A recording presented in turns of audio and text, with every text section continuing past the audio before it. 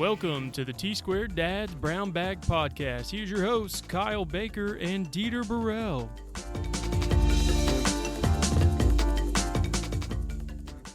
Well, welcome back to the T-Squared Dad's Brown Bag Podcast, in case you're just now joining We're us. scrolling through Instagrams. Dieter is experiencing the new world of Instagram. I was like, I don't need a membership to anything. I mean, I just go to Instagram. Free. It's free. Free. Yeah, free. See, it must have been something like this. It's like, oh, it's pretty red hair. Look, pretty hair. And all of a sudden now I'm getting like porno or lorno, like it's known in other parts of the country. I'm a gymnast. I'm a yoga instructor. Right. Really? Do you have to kind of like, this is your post to get attention? Love your darkness as fiercely as you do your light. Sounds deep. So I spend most of my mornings just kind of scrolling really quickly through it before the kids walk into the bathroom. Was there anything on there that's any good? 99% of them are not. Yeah. That's 99% of technology is not good. Yeah. Except you get guys like me. Oh, yeah. I've seen your recent posts. You're going crazy, Dieter. Yeah, look. My eyes. Whoa, my God. You've lost it. Oh, man. Oh, it's nice just to kind of sit back and chat, man. Yeah, man. It's been a little while. Sometimes I wonder if we need to kind of just do our podcast just straight during lunch, have the waitress say, oh, yeah, we're going to place an order, guys. Just hold on a second. What are you guys doing? We're doing a note. We're doing a You think people podcast. would be interested in what we're eating for lunch? They may. You never know. Where are you guys at? Oh, we're at the Orr House here on Pensacola, located on blah, blah, blah, and yada, yada. Yeah. Sometimes you wonder, it's like, you guys doing a podcast? Yeah, we have about 100,000 subscribers. How about lunch for free for you guys every time you do a podcast here? How about you do that? We're doing a podcast every day here. Sure, we'll have free food. Don't mind if I do. You think I'm kidding? It's like because like that guy, the beach bum guy, Beach Life, Billy Beach Life or something. Yeah, or Beach other. Billy. Beach Billy. Yeah. We need to get him on. I know we need to. It's like I wonder if he's probably thinking, man, I need to get on every like free thing possible to promote my business. Absolutely. Because if you think about it, it's like, well, if I can get like 100,000, 200,000 listeners, why the hell not? Yeah. And he's got a lot though. Oh yeah, he's got his own show. Don't he have? He's pretty prevalent around here, so maybe he'll grace us with his presence one day soon. I know I talked to him on Facebook, and he said he was open to it. So maybe we just need to get that scheduled. Shoot him a text. If you're listening, hit me up on Facebook. We'll schedule a time. Are you recording right now? No, you're not. Yes. Are you really? This is a new thing I'm trying. Everybody that's listening, that's why we started right in the middle of a conversation. I kind of duped Dieter into starting this podcast, and he didn't know. We're trying something new. Yeah, he must have pressed the button when I wasn't looking. That sly dog. I did. It's interesting that way. It takes the pressure off of you. It does. It reminds me of Joe Rogan's podcast. He's just like casually Shout out Joe Rogan. Yeah, man. It's like, how about the aliens? How about Joe Lazar? Not Joe Lazar. Bob Lazar. See? Joe Rogan and Bob Lazar. You see how I mess it up? Yeah. Thanks, Kyle. You're welcome, man. That's what I'm here for, is to correct you in all your errors and ways. All them aliens probably suck man. the juice out of my brain. That shit's real. I don't care who you are. That shit's real. What are you doing this weekend, man? I don't know. Nothing fun. It's going to rain all weekend. Well, I need to leave tomorrow early. I'm heading down to Miami. Oh, that's right. You're going down there for that conference or something. Is it in Fort Lauderdale? It is, but I'm staying down in Miami with my mom. You crash with the mom for the weekend. She probably want me to go a bunch of places. Like she's already got like restaurants lined up. Whole bunch of honeydews. Yeah. I told her, so I help her with the door handle. She's got a problem with the door handle. She says, I can't fix it. A door handle? Yeah, the door handle. The front door, she can't get it to. You going to be able to handle that? I should be able to. Da-dum-tsh. Yeah, really. comedian over here. He's going to do stand-up for us. Hold on 1 second. Oh, man. Well, that'll be good, though. What's the conference on? Leadership training. More leadership. Perfect. Yeah. So hopefully we get some good topics. Tell us all about it whenever you get back? Yeah, when we get back, we'll do a podcast on it so that people can learn from other people, which is something that we miss out on in our profession. Learning from other people. I think you can learn a lot from your elders and people that have been doing it for a long time. You can learn from their mistakes if you just have a casual conversation with them.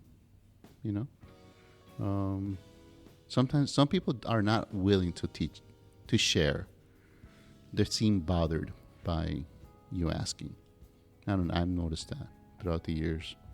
But I think for somebody that's going through their growth like you are, professionally, and getting your license. Oh yeah, by the way, you're about to take another test. I flipped the switch. Back on. You got to do it, man. Back on. Everybody out there, hold me accountable. I'm trying to take at least one test like every 2 months or so. I got my first one scheduled for the 20th of May. So you got to you got to be a lion, man. You got to be a lion. You got to attack. Yeah, you like that I sent you this morning. Yeah, man, that's great motivational. Great motivation. I like that. Don't be the gazelle. Don't be the elephant. Oh, you can't. Lion's not the biggest. You wake up every morning and that's a battle. But the lion wants it the most. That's true too. What did it say? The elephant's bigger, right? Right. But whenever the lion rolls up, the lion wants to eat you. The elephant just wants to run away. Yeah. Just because he's big doesn't mean he's dangerous. Just like companies, just because they're big doesn't necessarily mean they're dangerous. That's true. You can be a little company, be real dangerous. Well, you see what happens with companies like Rabbit when they were unknown. Saying dangerous that many times just reminded me of Johnny Manziel. He said, I don't know. I just woke up this morning and I felt real dangerous. That's how I wake up most mornings, feeling dangerous. How did you wake up this morning? Did you wake up good? Did you go to sleep early? I finally got some sleep, man. Last night, I went to bed at like 7:45. I hadn't slept good in a while, and finally I told the wife, I was like, I'm just going to bed. I about fell asleep on the kids' like little play mat out in the living room a couple of times before they went to sleep. I'm like, I'm so exhausted. But, yeah, man, finally went to bed. Just had to recharge the batteries. Feel a little bit better. Wow. Yeah. That's good. The studying stuff, man, it'll take it out of you. Hey, you know what we were talking about the other day? It's like, I know you're taking some supplements to help you with your brain clarity and all that kind of good stuff. What's that stuff you're taking? Oh, it's from the Onnit company, and I think that's what it's called, Onnit. But it's called Alpha Brain. Yeah. Again, shout out to Joe Rogan. I heard about it on his podcast, and it seemed to be pretty good. Kind of just lifted the fog for the day. But I think since I was so tired, yesterday was one of the first days I had taken it, and I was so tired, it kind of woke me up for a few hours. It doesn't have any caffeine or anything in it, but it did seem to kind of clear the fog. I can't wait to try to take it for like a week straight and see if it actually does help. I have a really hard time focusing on stuff just because I have so much going on. Right. I'll be staring at my computer screen trying to study, and all I can think about is the kids or a project or whatever. So yeah, trying to break away and really separate studying time from everything else that's going on in my life is a little bit difficult. But I think looking back on things when I was taking the test, I didn't know where my sweet spot was, because I kept trying to study. I was trying to study in the morning, and I think I was too alert. There was too much going on. And then I tried studying after the kids would go to sleep. And I was too tired. I just couldn't keep myself awake to study for just an hour. I mean, I would have just tried to just do the flashcards for 30 minutes, 45 minutes. I just couldn't stay awake. So it wasn't until I tried different things. I went to the public library. I went to... What worked for me was getting out of work around 5-ish, going to Starbucks or Barnes and Noble actually was one the best one here in Pensacola. There were some days that it wasn't such a great place to be because you had the I'm going to call it the local clubs going to the cafe. Right. And they just pushed 6 tables together. Yeah. And they thought it was like the greatest thing since sliced apple pie just to sit there. Sliced apple pie. Another Dieter is in there for everybody. Since sliced bread. Sliced apple pie. Hey. It's as an American as apple pie. And it's the greatest thing since sliced bread. Look at here. I love it. I love it. Anybody that's listening to our podcast from the UK and the northern states, I'm sure you guys are laughing it up, but that's sort of the way we combine words and phrases here in the South. So. No, that's just the way Dieter combines words and phrases. Hey, when I go to the gym, I hit the treadmill. Yeah, the treadmill. Yeah. Dieter calls a treadmill a threadmill. So don't make fun of me. Yeah. I remember the first time we ever went to the gym together, it was like, what is he talking about? Maybe this is some kind of new machine I've never tried before. He's like, yeah, the threadmills. We'll go over to the threadmills. I'm like, we walk on the treadmills. okay, threadmill. Whatever, man. Which is another good one that you like ragging me on. Oh, my favorite is the thrift store. Oh, yeah, the thrift store. Yeah. That is a thrift store for everyone that's ever been there. Yeah. That's what I'm saying. I hear you say it, then I say it, and it sounds the same. It doesn't. Thrift. The thrift with a T. Thrift store where the drifters go to shop. Somebody call him EMT, please. Yeah, right. Good grief. Oh, man. Well, that'll be fun. You flying or driving down to Miami this weekend? I'm driving. I think we estimated from here to Tally, it's about 4.5 hours. And from Tally, no, I'm sorry, from here to Gainesville, it's 4.5 hours, 5, pushing it. So I usually stop in Tally. And you mentioned I told you the Busy Bee, bro. The Busy Bee. Anybody out there that knows the Busy Bee? Kyle's recommending it. Yeah. So it's like a Buc-ee's. You've been to the Buc-ee's? The Buc-ee's, yeah. The big like old, 64, fuel station. Yeah. This place has like 12 or 13 Tesla charging stations. Everything. I mean, they have everything there. Burger King, that's like Dunkin' a trip Donuts, with the kids. 75 bathrooms or some shit. Good like Lord. That. I don't think I need to go to the bathroom that bad. You just try them all out. You'll be there for 3 hours. Whoosh, whoosh, whoosh, whoosh, whoosh, whoosh, whoosh. Sir, what are you doing? I'm just making sure they're all flushing right. I'm an architect. Everybody calm down. I'm an architect. I don't know if you guys ever been, I remember when I was in Phoenix. Actually, I saw this in New York too. When you go to the restroom and there's usually a guy and he's got a plethora of like lubricants, colognes, condoms. I mean, you name it. You're in there and it's like, what in the world? The first time I ever saw that I was like, what, can I help you with something? It's like, oh, yeah. And he comes over to you and he's like squirting the soap on your hands. And you're looking at him thinking to yourself, what do you want from me? And I'm washing my hands. And then I don't even finish washing my hands. And he's bringing the towel. I'm going, this is a bit strange. What am I doing here? Why is there a man close to me in the men's bathroom? I had to give him a tip just to keep him away from me and walk out. Yeah. Because he was about to start spraying me with cologne. No, the cologne's extra. Yeah, really. Yeah, you got to pay extra for a spritz of cologne. God. I've had that before, too. It's always an awkward situation. I bet those guys make a bunch of money. They probably do. At a bar with a whole bunch of guys drinking. Yeah. I don't know if they do that in girls' bathrooms. Maybe they do.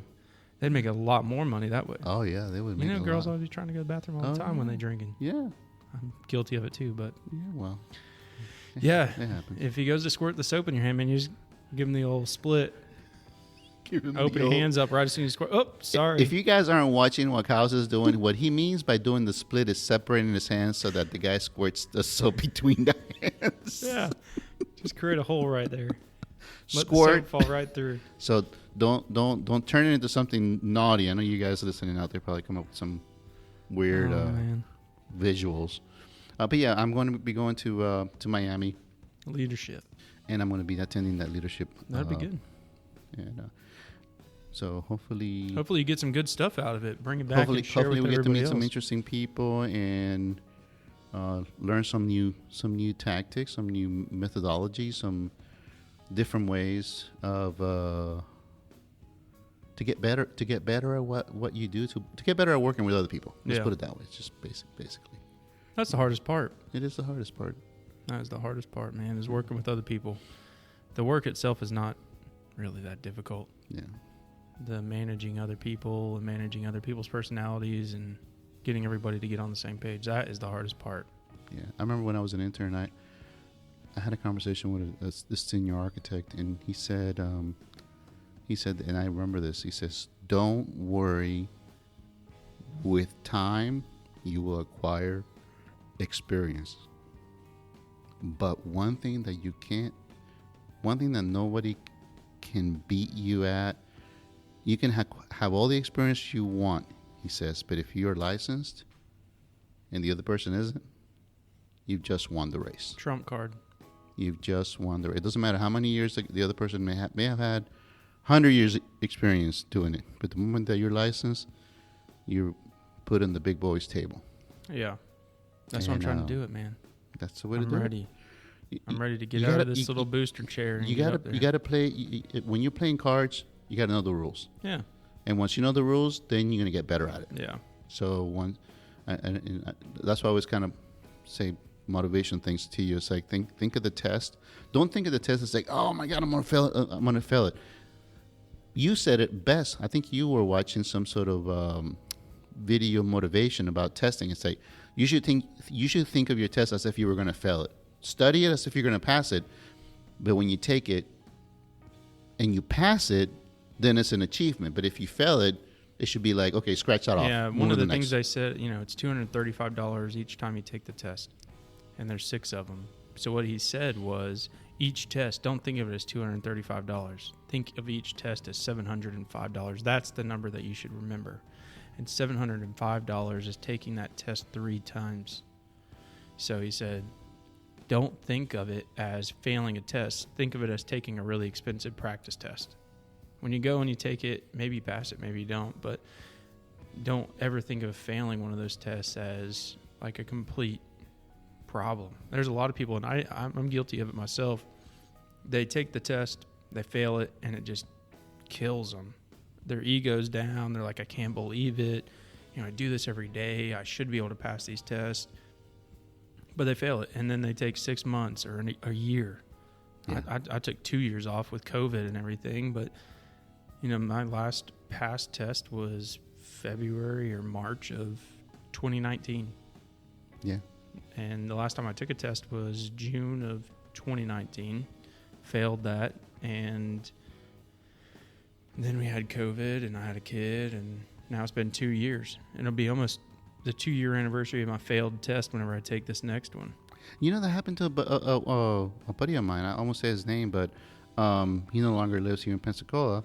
But he got so bummed, he got so distraught that he failed that test that it was almost to that point where he was going to get out of the profession, and I don't know, maybe combined with everybody else, convinced him not to quit. Because think of any test, and if you're a test taker, and if you're the test writer, it's a game of statistics. In other words, the chances, it's a probability game. I call it more a probability game because they don't want you to pass. The goal of them giving you a test question is not for you to pass. It's for it to be difficult for you to pass. Yeah, if you look at any of the testing rates, like the highest percentage pass rate on any one of the tests from any school or any state is like 63 or 65%, which means you're going to fail it half the time. Most of the tests are lower than that. I was looking the other day, some of the tests in Florida, they're at like 35%. That means you're going to pass it 1 out of 3 times. What? 1 out of 3 times. So the stats have gotten worse. Yeah, it's just, I think some of the online, like, self-proctored stuff have played into that. Mm-hmm. But, on average, they're in, like, the 40 to 50 percentile. So if you just figure, I'm going to have to take 6 tests, 2 times each on average, you're going to take a test 12 times $235. Wow. I was kind of looking at my my last. I had like 4 or 5 tests that I took, and what I had done was, because of my sleep apnea, I had a lot of issues, and I would take a test and I would fail it, but I would take the next test, and then I would take the next test, and I would take the next test. So there was one period, and I'll share this with people, that I took 4 tests, not all the same. They were all different. The building system, which back then was a totally different test than it is now. The construction documents, the planning, and then the site plan. All of them, I think I failed. And it wasn't until then that I said, I think I need to do something about, there's something going on. So that's when I went and saw my doctor, and they did a sleep apnea study test, and she says that you're not sleeping, you're not really even resting, your brain's not shutting off at all. After that, I went and took a test, passed it. Then I took another test, failed it. Then I didn't wait 30 days. I went and retook that test, passed it. Then I went to the next test, failed it. Then I took that same test, passed it. Then I took the next test, failed it. Then I took the same test, passed it. And then I took the next test, failed it, and I passed it again. After I took it. See, it's like 50%. Yeah. But once I was just going 30 days. Yeah. I'm not even bothering waiting. I'm just 30 days, retake it. 30 days, retake it. And I was already prepared. To take it again. Yeah. Because I knew that the chances were, it's like, if NCARB's allowing me to take the test at least 3 times before the year, I was gonna do it, man. I wasn't gonna wait 365 days. And you always tell me to remember that no 2 tests are alike, right? I could take it on Monday and it'd be one test. Take it on Tuesday, it's another one. Take it on Wednesday, it's a different one. Now they don't let you do that anymore, though. You have to wait 60 days from your failed test. 60 days from your failed test. So the way I've got it set up is I'm going to take 3 1 month apart, hopefully. And then if I fail any of those 3, I'll take it on the 4th month. And if there was another one that I failed, then I'll take that one on the 5th month. That way, by the time I get done with it, I'm 60 days out before I would ever try to retake the same test. Right. Instead of taking test A, then taking test A again, then taking test A again until I pass it. Right. I'm going to do A, B, C, and then say B and C, whatever the case may be. But yeah, so we'll see what happens, man. Good luck. I'm just trying to keep my mind right as far as it's okay to fail. It's okay and just think of it as a really tough practice exam, and those 75 questions were not the questions I needed in order to be able to pass. Yeah. And that maybe the next 75 that I get for that same test will be. Yeah. So. Your ultimate goal is to be licensed, no matter how you got there. Well, that's one good thing, right? That's like whenever you go to apply for a job, they're not like, are you a licensed architect? Yeah. Well, can I see your NCARB history so I can see how many times you failed the test? No, they don't care. They don't care. That's not what it's about. It's a test for minimum competence. Yeah. And the game is, what are the combination of words? What are the combination of questions they're going to ask me that they're going to test my ability to problem solve, which is not even the case at times. Yeah. So, good luck, man. Thank you. And I'll be back. Yeah. Tuesday night. We'll be looking forward to hearing what you got going on. Maybe we'll try to record on. You come back Tuesday night? I come back Tuesday night. So maybe Wednesday, while it's still fresh on the brain. We'll be ready for another podcast. We waited a little bit too long for this one, but yeah. Well, that's great, man. I can't wait to hear about it. But before we go, as always, the joke of the day. Dieter, what's orange and sounds like a parrot? What? A carrot. Talk to you guys next time.